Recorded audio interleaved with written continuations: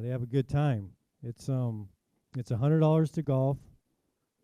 The team, we're always looking for sponsorships. Sponsors are $250. If a company sponsors a hole and wants 4 players, they get a bit of a discount. It's only $625 instead of the $650. So those of you who can go out and get sponsors, please do. I've got some forms here I'm going to leave on the table, and these are more geared towards the raffle prizes. So if you take this to a company that may raffle an oil change, a haircut, flowers, businesses generally have gifts off the shelf that they'll donate, anything. Or if you want to go buy something and donate it, we'll take it and we'll put it in the raffle. Last year we raised about right around 13,000, and out of that 13, about 3,000 to 4,000 is from the raffle itself. So that is where we do well, and the more eye candy we can put out there to sell the tickets, the better. I keep the raffle pretty simple. 10 tickets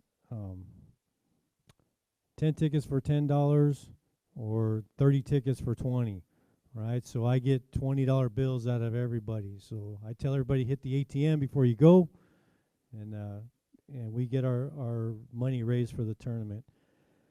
All this money that we raise goes for paying for the child care for this event every month. It goes for paying for the Starfish dinner that we had, the bowling nights, the movie nights, the swim parties, bringing in guest speakers from out of town. As you know, we don't have anybody in the local area that's considered an expert in the field, so we have to bring them in sometimes from as far away as Berkeley. But we do that because it's important for us to make sure that we bring as much knowledge to the families so you can make better decisions when it comes to getting care for your children. So starting next month, I'll have a sign-up sheet for those of you who can help me on Saturday or Friday. So I'll be able to run that twice. We'll run it next month, and we'll run it again. We'll have one more meeting in May before the tournament. It's going to be a little bit warmer this year. I thought I was going to go to China, but apparently that's not a good idea right now. So no. but I'd already set for the golf tournament before I found this, before COVID-19 became part of our lives. So it'll be a little bit warmer, but it'll still be nice. There's a lot of shade out there on that golf course, so they have a nice clubhouse. So anybody that helps me will be able to be in and out. You won't have to stay outside the whole time. Anybody have any questions regarding the golf tournament? All right, it's a fun event, and it's a good fundraiser. It really keeps us going year-round. So any help you can give me would be great. If my number is on all these forms, if you have any questions, please give me a call. If any of the businesses have a question, give me a call. And we do supply a receipt with our 501c3 number. So if they need that for tax purposes, we can supply them with a receipt. All right, thank you very much. And again, I mean, we will take whole sponsors, as many whole sponsors as you guys can find. It helps out a lot. So anybody that knows a business, reach out to them, see if they haven't donated, why haven't they? You know, try to get out there and see if you can get a donation from them. As far as the raffle is concerned, anybody can join the raffle. So if you want tickets to the raffle, let us know. We'll get you tickets sold. And any little bit helps. Hey, and you don't have to be present to win, right, Ray? No, your name goes on the ticket. So if you can't make it, as long as we have a name with a phone number, we'll track you down and get you your prize. Yeah, and it's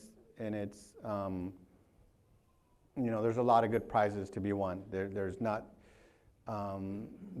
anything that's really cheap that's out there. It's not just guy stuff.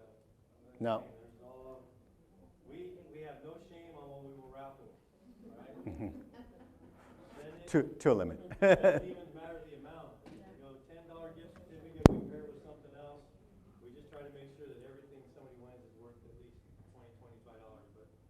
some of our prizes are worth upwards of $200 or $300. So. And then anything that, and then we also have the item raffle items, things that you just auction off. Are we gonna have any of those? If we have big enough items, we'll do silent auction, but that's nobody in the valley. They don't really like to do silent auctions down there. So Yeah. we'll probably just have it in the raffle. Okay. All right. All right. At this time, we're gonna bring Jen Benito up. She's got her lovely assistant Juan that's going to be controlling the PowerPoint presentation for her. So at this time, Jen, you've got the floor. Did that work? You're on. Okay. So hi, I'm Jen. I'm not an expert, first of all, in service dogs. I'm just a mom who's in the process of getting her service dog. So we're very excited, and I did want to thank the autism group for understanding that service dogs are such an amazing tool for families of all disabilities, and I'm just really grateful that they at least saw that and put that information out there to you guys, because it really is great. So who am I? Okay. So these are our babies. Most of them aren't babies anymore, but the little one right here is Jana, who we lovingly call Peanut, and that's probably how you'll hear me refer to her. She is 4 years old. We finalized our adoption for her in 2016. So we've had her since she was a month old. She obviously does have Down syndrome, but when she was about 15 to... There? I keep hearing it. Okay, so when she was about 15 to 18 months old, we noticed the regression happening, and we started seeing different signs that we thought there was something else going on. So long story short, by the time she turned right before 3, we got an official diagnosis that she was on the spectrum as well. And the case with these dual diagnoses, and with other families that I've talked to who have the same dual diagnosis, autism seems to be the most dominant as far as her behavior. Down syndrome affects her physically, but autism affects her, all her behaviors, all her development is mostly the same as you guys. So I've come a couple of times because Luce has dragged me, but I always felt like we didn't necessarily fit because she has a different diagnosis too. But I'm really excited about everything that the autism group does in the Valley. So we had a friend of ours online who has dual diagnosis who had their dog for about a year. And so that was how I started looking into it and seeing what the problem is to see if it would be beneficial to us. Jana does have some self-harming tendencies. She bangs her head on things when she's mad at us. She throws herself back. She eats her hair. She sometimes is aggressive towards us, but not really towards other kids. So she does have tendencies of self-harm. She doesn't sleep almost at all. Like 3 hours, 6 is a good. Completely non.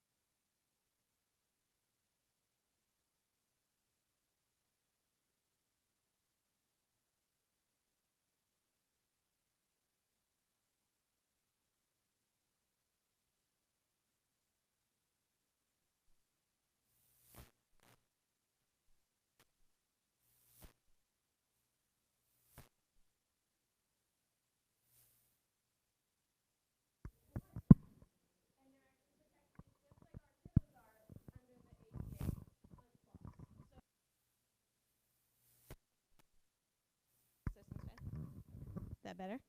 Is it on? Okay. Okay. So the benefits of a service dog, or wait, emotional support, right? Okay, so the difference between the emotional support dog and a service dog.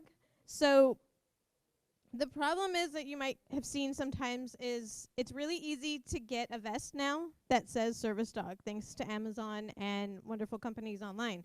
So anyone can strap a vest on a dog and say it's a service dog, and then that's where we run with the issues because they're not physically trained to do that.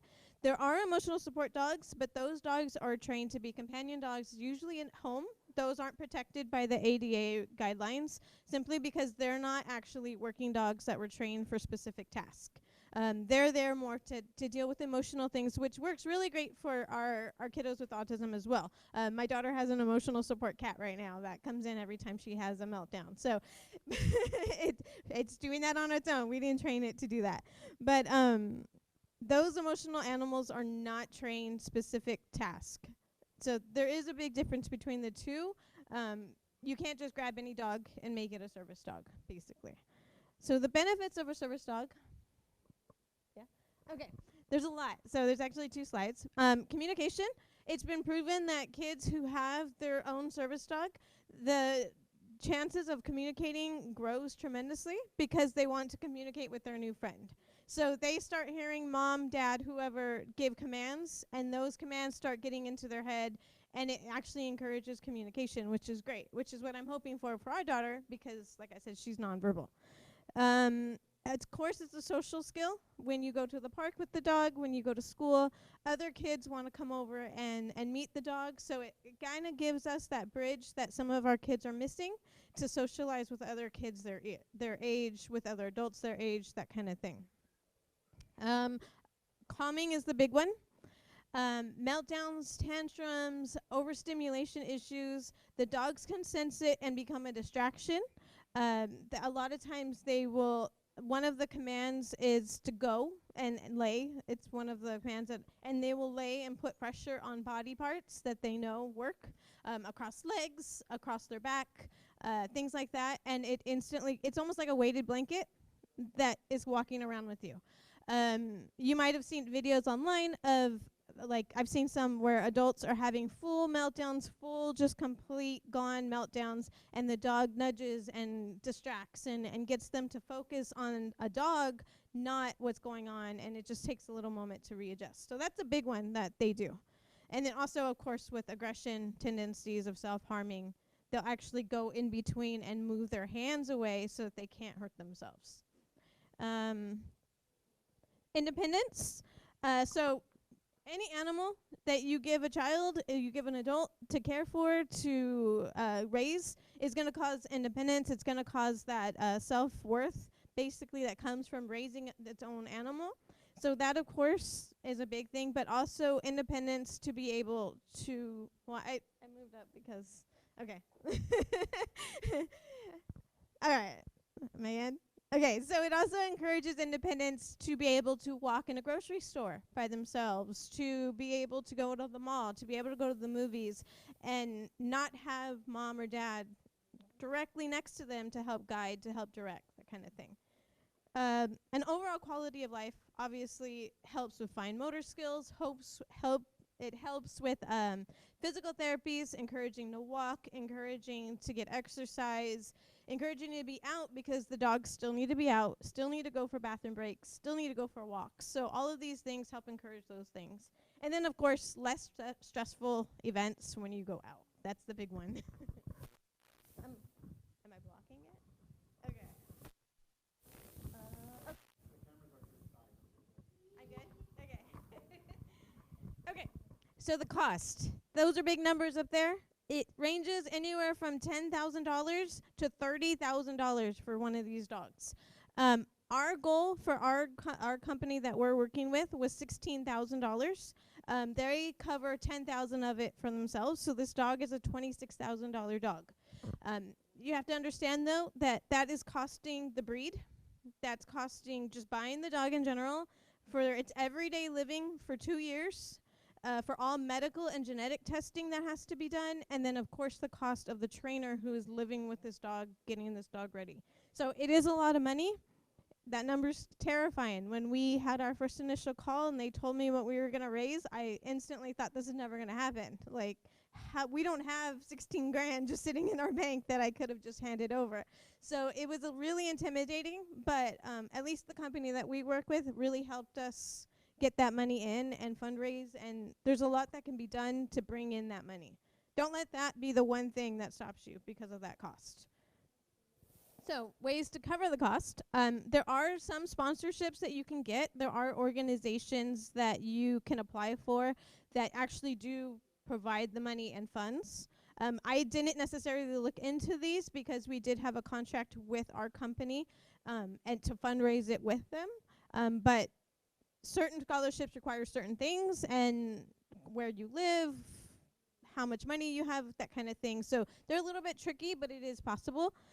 Fundraising is what we did. We fundraised every bit, and at the very last minute, when we were still about $2,000 behind, an amazing company online found my daughter's story, and they posted it to their 3,000 something followers, and within 2 days we raised like $18,000 just from them. So it was really crazy. We actually raised $28,000 for our dog before they stopped it, and we're like, okay, you don't need to bring in more money because of that organization. That was I Heart Dogs online. They just saw it and they wanted to help, so that was why.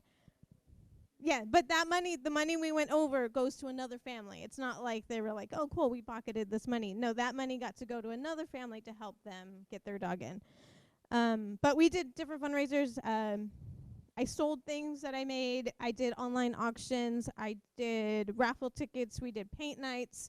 A lot of the basic fundraising stuff that you would do, I tried to do everything. So, yeah, there's creative ways that you could do it. And once you share your child's story, there's so many people out in the world who want to help bring the dog home to you guys. So, and then there are some nonprofit grants that help. So Service Dogs for America and Assistance Dogs International do put out grants. They're very particular, and they only do like 1 or 2 per year. So they're a little hard to get, but it is possible to still get a grant. Picking the right organization. So there are a lot of scammers out there now, especially since service dogs are getting more and more popular and more needed. There is a more awareness and a rise of autism at least in the US. And so a lot of families are seeing that this could actually benefit their family a lot, but due to that comes fraud, unfortunately. So the best thing I could say is just research. We researched our company, a lot of companies actually, for almost a year before we decided on who we were with. And also I had references, like I was able to speak to other families who have gone through the process too. Just the more information you can get on a company before you sign that contract, the better. Make sure they do health and genetic testing. Most of you know, like, a lot of the service dogs are Labradors, German Shepherds, things like that. These dogs are prone to health issues like cancer, hip dysplasia, things like that. So a good service dog company would screen all those things out before the dog even starts the process, because you don't want a dog that's going to get sick or have health issues, 2 years down the line while you're working with them. Ask questions. If you have a company that you're considering and they are a little iffy about what they do, probably need to move on. If they're not open and willing to share everything about what they're doing, they're probably hiding something, that basically. And then also make sure the program works for you and your schedule. A big plus for us with this company that we picked is they're out of San Diego. So I've had meetings with them in San Diego. My training is going to be in San Diego. I didn't want to have to fly across the country just to do my training. So just think of that way too. Next slide. So picking the right dog. Most importantly, not all dogs are meant to be service dogs. And the common breeds are Golden or Labrador Retrievers, German Shepherds, Poodles, and Border Collies. The company we work with uses the Golden and Labrador Retrievers and Labradoodles. So it's a mix between a Labrador and a Poodle. I don't like them. They look kind of funny because they're really tall poodles. Luckily, that's not what we got. But but it's just certain dogs have the certain temperament that is needed for this job. There is about a 50 to 70% dropout rate for service dogs, and that's if you go to like the dog kennel organization who recognizes which dogs. So not all dogs are meant to do this. Even when they start them as a puppy thinking this dog is going to pass, it doesn't mean that they're going to. Within the first year and a half, that's when they'll know if they're actually going to be continued service dogs or not. After that, sometimes they have to get retired to something else. And then the big thing is not all service dogs are meant to work with children. That's the big thing. Even in the group that we work with, a lot of our dogs that get retired out, we've been able to transfer them over to the veterans so that they can use them, and because they have the better temperament for an adult, not necessarily for what a under 18-year-old would need. So that's another big thing to make sure that the company that you know that you're working with knows that your dog is ready for whatever age group you need. And then the dogs must pass an intelligence test. That's the big deal. In order to be an actually certified service dog, they have to be able to do a handler's first command 90% of the time, regardless of where they are. You could be in the middle of Disneyland. If you said sit, that dog has to sit 90% of the time without any issue. So that's a lot of work. I don't know if any of you have dogs. Our other dogs at home get very distracted. So just the fact that they can do a command no matter what area they're in, that's a big deal. So they have to be able to do that. Okay. So our process. So we worked with a company called Good Dog Autism. They are out of San Diego, and it was started by a mom whose son has pretty decently severe autism.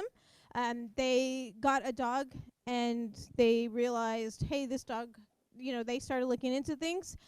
They were the first ones to get a service dog, and they just saw how great it did for their son. Their son uses the letter boards to write. I don't know if you guys have seen that yet, but he's completely verbally nonverbal, but he writes everything with a letter board or uses his computer, and a lot of that came from the confidence that came from his dog. He no longer actually has a service dog. His dog retired, but he's able, because he's 19, and his dog stays home with him and is more of a companion dog with him now. He doesn't need the actual service dog out and about anymore. So the process took 2 to 3 years. It took us, by the time I have the dog, 3 years. 3 years. So we don't have our dog yet. We're still in the process. So it does take some time. This isn't a quick thing. So the initial thing is we do a call. It's free. There's no charge for the call, and you actually speak to Laura, who's in charge of the company. She's the mom of Elliot, who started this whole process, and she kind of just goes through the process to see if you're even a good candidate, to see if it's something you're willing to even do, because like I said, it's a 2 to 3 year commitment just to get the dog, and then 15 to 20 year commitment of raising that dog. So it's a big deal. And then after that, you do a contract in the application. Part of the application is you do need either a therapist, a teacher, a doctor. You need at least 3 recommendations from someone who works closely with your child. It could be even like an ABA worker who thinks that this dog would benefit, or how this dog could benefit for them. Just so that they know it's not just anyone who's trying to get a dog. That they want to give them to a dog who really needs this in their home. Fundraising. Fundraising took the longest. It took us 2 years to raise our money. That's about the average. There's been a couple of people in our group who did it in under a year, which is insane. There are some families who want to slow down the process because they want their kid a certain age by the time they get their dog. And so it takes them, 3 to 5 years just to fundraise. So however long it takes, that's how long it takes you, basically. And then from there, once you fundraise, we completed a personality test. We completed family surveys, and we did a survey for our daughter Peanut's needs. The funny thing is the personality tests are for me. So I'm going to be the handler. The dog has to have an assigned handler because our daughter is only going to be 5 once she has her dog, and she's not strong enough or able enough to handle the dog on her own. So I will be the handler. So all the personality tests had to match me So the dog has to actually be compatible with me even before we had to see if it was going to be compatible with our daughter, because it's going to be with me 24 hours a day probably. And then they had a matching meeting where all the trainers get together and they lay out everybody's stuff and they try to pinpoint. The dogs go through personality tests too. It's very interesting. This is all scientifically proven. They use this crazy method, and they've never had a single kid come back and say this dog didn't work for our family. Then from there, we have online training from now until August. I am doing online training because the dog is almost done, and he's light years ahead of me. I have to start from the very beginning and learn the basic commands, learn everything that I can so that when he comes home, he's ready to go and I can utilize him the best as the ability. At the beginning of August, I will go to boot camp for 1 week by myself, without my kids, without my husband, which sounds like it would be amazing. But it's a lot of work. It is a lot of work because the main thing is I have to cram in as much as possible and bond with this dog before they send him home with us. So that's the big thing. And then from there, we do online training. We do meetup trainings that go continuously. So it's not like they are going to send me home at the end of that week and say, good luck, hope it works. So they really do stick with us. They really do grow with them. I've seen families who have had their dogs for years, and they go to new trainings. We all kind of part of a good dog family, that we all encourage each other. We all cheer for each other's kids when new things happen. So it is really great because you are part of the smaller community within them. Some success stories. So this is Lily. Lily is the girl. Indy Joe is the dog. So it was interesting because Lily was terrified of dogs, to the point where if she was in a room with a dog, she would start crying. So they were really hesitant to even do this because, I mean, how are you going to have a dog? So it was a slow process. It took a good 3 to 4 months, I think, for her to finally warm up to even touch the dog. Now they're best friends. As you can see, they're right next to each other because the dogs are trained to be patient. They're trained to follow whatever the kid needs. So if they see it's back, it will back off when they sense the stress, that kind of thing. It's a slow process, but it worked. She's now able to go to the store because stores always used to intimidate her and freak her out. Going to the drive-through was not possible for them. Just sitting in the car was just not going to happen. So now she gets to do all those things and even requests to go to those things now with her dog. So it's really cool. The next one is Livy and Ollie. Livy is a little girl, and as you can kind of notice, she also has Down syndrome and autism. So this was actually the family who got me on board. Livy had severe self-harming tendencies, to where they had multiple ER trips because she would cut her head open. She would give herself black eyes. Cut herself. It was horrible. Like, it was heartbreaking to see pictures of her just broken from herself. Those have all dropped to less than 10% now because of her dog. So as soon as the dog sees her starting to do this, it instantly goes into action, nuzzles her, licks her cheek, calms her down, and her mom has reported 10% we're barely getting little things that she's doing now. Nothing to the extreme that she was doing before, so that's insane. Livy also never used to like the car. Would scream hysterically whenever they would have to leave places. Now she goes and she even rides the bus because her dog walks her to the bus stop and is waiting there for her as soon as she gets home. So these are just big things to that family that couldn't have happened without this dog because, I mean, they've already tried. It was due to the dog that it came. So this is actually our new friend. We just found out last week who our dog was going to be, which was very cool. This is now Jelly. His name was Dunbar, but I changed it because they're going to be Peanut and Jelly. He is almost 2, and he's been training from the moment he was a puppy, and he's about a little over 1.5 years right now. For the next 5 months, he will be training specifically for Peanut. So I will tell them things that she needs specifically like her head banging and throwing herself back, and she can't be out in public a lot. If she was standing right here, she'd freak out because you guys are all looking at her. So things like that, that dog is going to start preparing. And when I go to boot camp, I'll finally get to meet him because he's in Vegas right now. And then he'll come home with us. So that's all the slides. But the big thing is that they pick these puppies by 6 months old. So they go to the breeders that they know have produced healthy, good dogs. They still have each dog genetically tested. They go through an entire screening before they're even eligible to become a service dog. From the moment that they're picked, they are shipped off to a trainer. There's about 8 in our company that they use. I think the farthest is like in Montana. But most of them are in Southern California or Northern California. And they live with that trainer for the first 2 years of life as that trainer works with them and gets them to where they need to be. Like I said, some of the dogs don't make it through the process. We've had a few recently in this last batch who had to be retired due to either not the right temperament. And actually, our dog almost got retired, and it was the one I wanted from the very beginning. And he almost got retired because the trainer he was working with and him just didn't match. They moved him to the head trainer, and he was perfect. So it is all about personalities and just making sure that you're adaptable with each other and compatible with each other. Yeah, but do I need to add anything before? No? Okay. Do you guys have any questions about either service dogs or the process or? Yes.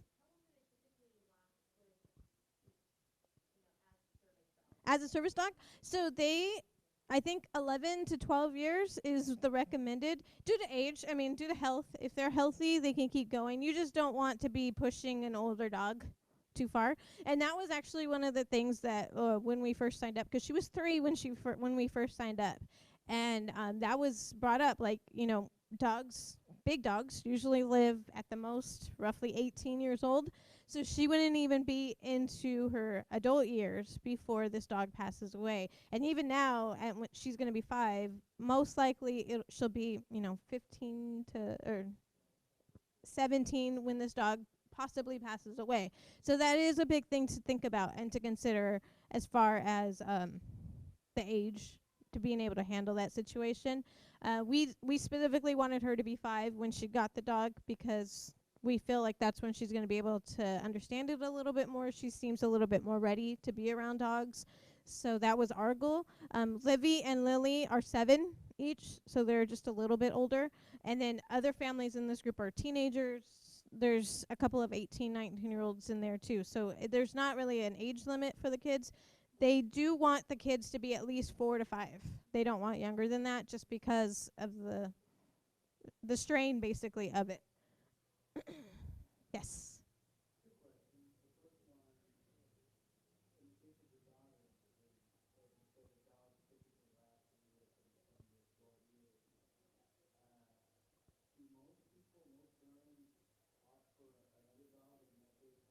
Yeah, so we actually asked them that because that is a big thing. Our organization will actually work with you beforehand to continue to get a new dog before that dog needs to be retired. So as the dog's starting to get up in age, that's one of the things. Okay, do we want to start again? Do we want to start?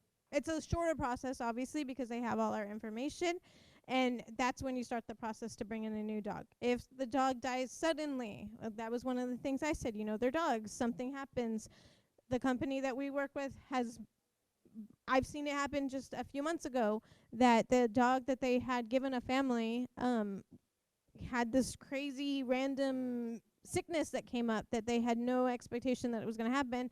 Within 2 weeks, they had a new dog. So our company at least works with you to make sure that your child doesn't have this traumatic experience of all of a sudden there's no dog. So they'll start introducing a new dog while you still have the other dog so that it's an easy transition for them. Oh yeah, so Elliot, like I said, the owner's son, he's grown out of the need to have the service dog with him all the time because his abilities have gotten a lot better. He doesn't have those meltdowns when they're out in public anymore. He doesn't have the overstimulation, things like that. He's been able to learn how to cope due to his dog, and his dog is just his buddy at home now. So, I mean, there's a possibility when Jana is 18, we won't need another dog. And, I mean, that would be the good thing. You don't want to have this dog. It's just a tool that we can have. Yes?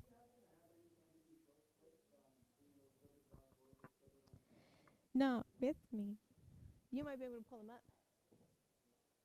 On their Facebook page, they post them. Good dog autisms. Yes. Okay, as he's looking, yes, there are clips. Yes. Yes.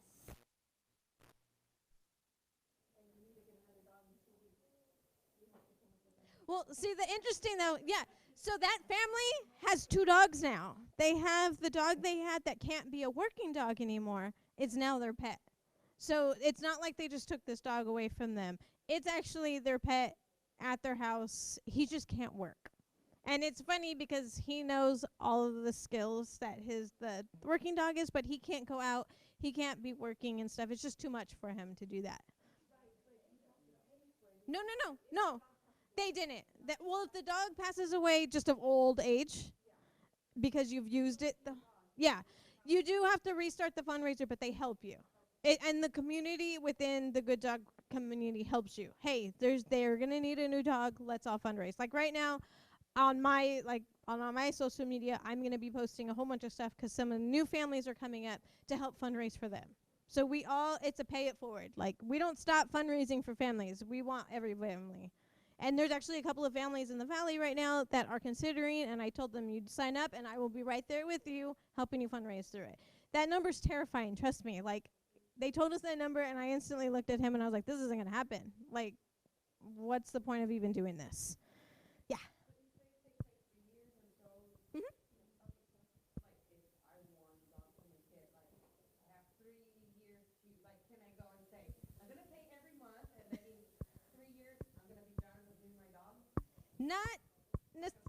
Yeah, it is like a car.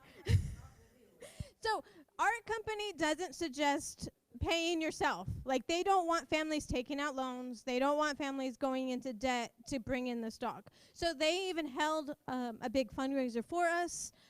One of the other families that I know, they held a big golf tournament in San Diego. Like they do things themselves because they don't want families to go in debt.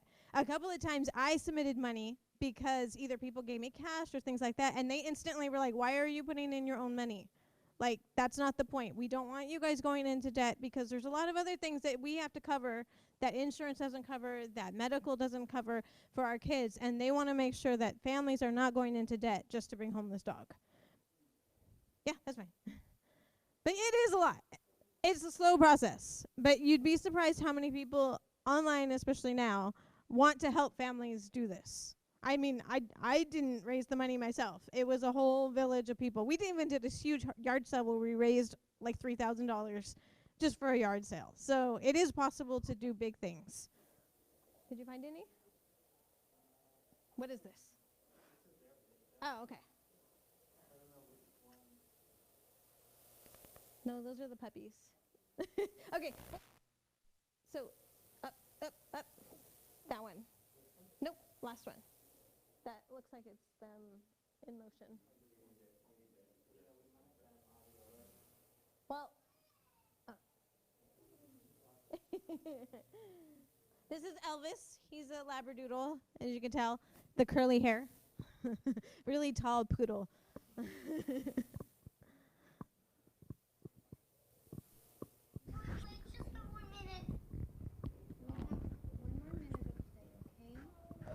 And then it'll be back is bed.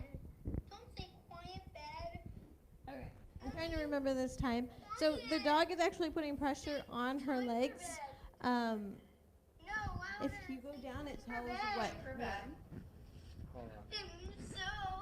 Okay, she was self-harming. That's what it says, no self-harming. So she was self-harming, so the dog went over to calm her down. So a lot of it is even just licking her hand. Like, you think it's nothing, but it's this small little thing that she's able to say, oh, wait a minute, what's happening here? It's a distraction. No. All right, let's go do it. Let's go do it. Wait. I know she's fine. She runs away. I'm not sleeping. Can we go? That was bedtime, that's why. What? That was bedtime, that's why. Those are training videos and graduation videos. I know on their Instagram that's why I'm. What we can do, we can share them though with the community group and then they can, Yeah, I will totally link their stuff. that way we know for sure. Instead of trying to find them. They post a lot of videos. We have a lot of cute dogs. But the self-harming, yeah, just so Jana, our dog, our baby that hates dogs that lick her face. It freaks her out when dogs kiss her. When lick her, she's instantly done. This dog will not ever lick her unless I specifically say kiss. So these dogs learn exactly what your kid needs. So for those of you, and it won't bark, which is nice because I don't know about you, but my daughter doesn't like barking because it's really loud and it scares her. So this dog will not bark at things. It will not bark at other people. It will not bark at other dogs. They're actually pretty quiet. I mean, it'll bark if there was an emergency or things like that, if it needed to, but it's not going to be a barking dog at anything. Any other questions? I think I'm running out of time. I know it sounds like a lot of work, and it has been, and I'm not even done. But I know in the end it's going to be worth it because of the possibility of the new life that it's going to bring my daughter. I've seen so many families already been changed. The last graduating group, they've only had their dogs for about a year, and that was Livy and Lily, and their lives are completely different because of their dogs. Like, there's happiness, there's giggling, there's just peace in the family that wasn't there before because of the dog. Right? Oh, one other warning, and that was part of the American Kennel Club. They have proven you cannot take an old dog and make it a service dog. And if a company tells you they can do it in under a year, they're lying because it takes way more than that. And that's according to them. So they were the ones that said that is fraud. It takes a whole process. Taking an old dog and training it, that's an obedience. That's just really good obedience. It's not the same thing. So just a warning out there. You take a puppy, but. Yeah, because that's what they told me about Molly. Yeah. So remember I told you that after Santella started having these seizures, like she went nuts. Yeah. They said it would take two. Yeah. And our dogs do work with kids who have seizures, so it's just part of the thing. It's just a matter of matching. Yep. Anything else? Any other questions? Any? I'll give them all the links so that they can post it on their thing and stuff. So. Yeah. So, I mean, you've seen it. It's good dog, autism. So it's kind of easy to remember there. Yeah. And they are actually going to change their name. I'm not allowed to announce the new name. But because of Peanut and Livy, they've seen that it can work for all disabilities. So they are branching out. And it's not just going to be autism, which is nice. They're going to try to reach out to other kids with other learning disabilities, other delays. So, but I can't announce the new name. No problem. No problem. But when they do, you can give us the web page and everything. It'll still be the same web page. They're just going to make a change that I can't. Okay. No I problem. was told that's the one thing you can't say. Okay. Okay. Yes, I will bring jelly. I promise. So, yeah, I mean, you guys have an open invitation to come anytime. Obviously, if you come to a meeting, she's her service dog, so, you know, she'll be around, and you guys, you know, maybe if that's the case, you know, let us know in advance, so that way, if anybody's a little bit more interested and they want to see her in action, or him in action, them in action, then that's definitely something we can do. Did anybody have any other questions? Any questions on any of our events? Any questions regarding their child? Anything else? One quick note, really quick. Oh, the cricket? On top of the everything that we have going on with the golf tournament, we also have raffle tickets for the baseball game. These are for $1 each. Your prize is the first prize is a baseball glove that is worth over $300. Okay, it's an infielder's baseball glove. Trust me, I love it. It's just, you know how ladies, you love purses? Yeah, that baseball glove, that's my leather. Yeah, yeah. If you, yeah, you trust me, and I would use it. But it's worth $300, over $300. It was donated by R&M Sports here in El Centro. So they donated that glove for us. We're selling these tickets for $1 each. Second prize is the pink cap, but you know, if you want your wife mad at you, you can pick one of the other caps. Just saying. Third prize is a $25 gift certificate to Starbucks. So trust me, there's 3 chances to win, and the tickets are only $1. We're only selling a few tickets, so chances of winning are good. We've got, I believe we're selling 1,000 tickets, but I don't expect to sell all of them. So if you can, take a moment, sell. If you want to sell some for us, that'd be greatly appreciated as well. Again, they're just $1, so help us out whichever way possible. Again, like Ray said, when it comes to any of our fundraisers, that helps pay for a lot of our events that we have going on, whether it be, you know, what we have coming up, which is the Easter egg hunt, our bowling event. In May, we'll have our Royal Ball, which is our daddy-daughter, mommy-son dance. So that's what's going to come up in May. So if that's something that you're interested in. All these events that we bring out to you, we fundraise for. You know, whatever little bit we can fundraise, we pass the savings on to you. So whatever you can do to help us out, whether it be selling raffle tickets or having a business help donate either straight or a raffle price. And remember, when it comes to a business donating, yeah, we have the whole sponsors at $250, but if they say they're going to donate $50, we're not going to say no. You know, we're not going to say no because that's $50 that we don't have. So whatever you can do to help, that'd be greatly appreciated. Anybody else have anything else they want to say? Luis, you got anything else you want to say? Rosalia, you got anything you want to say? Luz? The time for the Easter egg hunt? The time for the Easter egg hunt is going to start at about 2, right? At 2. So so if you're again going to the jamboree at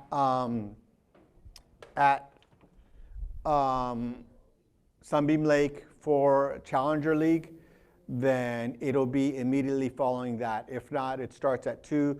It's in Imperial next to T.L. Wagner School. If you don't know where T.L. Wagner's at, that's that little school that's off of Ayton Road, East Ayton Road, the Joshua Tree Homes. Joshua Tree and Morning Glory. Okay. What's the date? That one's the 28th. 28th. Baseball game, 24th at Imperial at 7:30 if you're interested in coming out to watch. Both teams will be wearing that gray and blue cap that Steven is sporting with his name on it. And then the bowling is on April 14th. Remember, April 2nd is World Autism Day. That's when all nations try to bring awareness for autism. That's coming up soon. If you're interested in playing in the golf tournament, call Ray. Don't call anybody else, call Ray. Okay? Those are posted there. Again, anybody have any questions? Huh? Go ahead. The group get together for the 5K for autism that happens on the... Do we get together? We have a booth. Yes, okay. That's on the 4th. Yeah, thank you, Naomi. There's a 5K coming up. That's not run by our organization. That's run by Children's Network. Children's Foundation of Imperial County, Imperial Valley, right? And that'll be on the 4th. That'll be at Sunbeam Lake. If you're going to participate in the walk, you got to call them and sign up there because there is a fee to walk. But I think the kiddos get a walk for free. The kids on the spectrum, or any person on the spectrum gets to walk or run. And they're going to have an event on April 2nd at the office of CRMC over at the mall. Uh-huh. in the afternoon at 5 p.m., where there's gonna be a magic show and, Okay, I we don't didn't, know where else, and you can sign up there, they're gonna have the shirts. On the second? Yeah. Yeah, April 2nd, it's a Thursday. will you mind, sending us that flyer so that way? Okay. Any other events that we know that are going on that we're not aware of? If so, you can send us a message on Facebook, or you can send us a message or give us a call at 760-332-8686. That goes straight to our system, and somebody will answer the phone when available. Okay, when available. Questions? Anybody want to sell some tickets for us? We have them here in a box. Please, whatever you can. The only rule is you got to bring us back the tickets so that way we can put them in the box. We need the one that has the information on it, the smaller tab. Whatever little bit helps. If you sell 5 tickets, that's $5 we didn't have before. Okay? After that, nothing else? That's all we need. Thank you very much. You want to end those recordings for me? Yes.